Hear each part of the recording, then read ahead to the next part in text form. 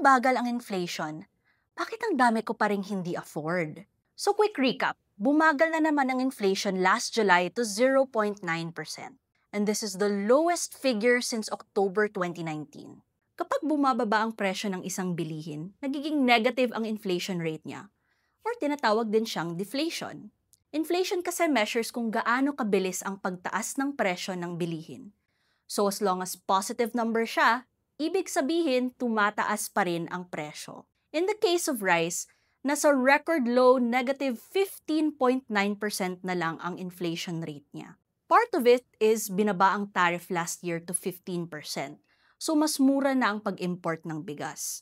May adequate rice inventory pa rin tayo ayon kay DepDev Secretary Arsenio Balisacan. Now to be fair, nag-improve din ang production natin ng palay, which is one of the biggest reasons kung bakit nag-grow ang agriculture sector natin nitong second quarter. Pero kahit bumababa ang presyo ng bigas, tumataas pa rin ang presyo ng ibang mga bilihin. Sabi ng Philippine Statistics Authority, bumilis ang core inflation. Basically, ito ang inflation rate na hindi kasama ang presyo ng pagkain at kuryente sa computation. Tumataas pa rin ang presyo ng karne, pork to be exact, at manok. Sila ang top 2 contributors ng inflation noong July. In the case of pork, nadadali kasi ng African swine flu yung local supply. And with rice prices this low, nalulugi na ang mga farmers natin. Ang average price ng palay ay nasa 16 pesos na lang per kilo. Kaya nag-order si President Marcos na isuspend lahat ng rice imports simula September 1. Gusto raw niya kasing protektahan ang income ng mga rice farmers natin.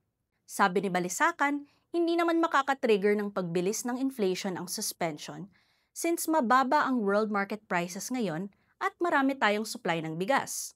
And they soon hope to offer long-term solutions that protect farmers' income while keeping rice prices low.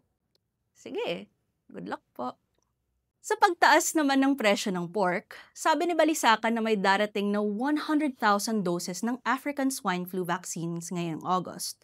Hopefully, makakatulong ito sa pag-stabilize ng pork supply para hindi na puro manok lang ang nasa grocery bag natin. Because a stable supply means stable prices and more things we can buy with our money. I'm Tatiana Maligro and I invite you to download the Rappler Communities app for more stories like this.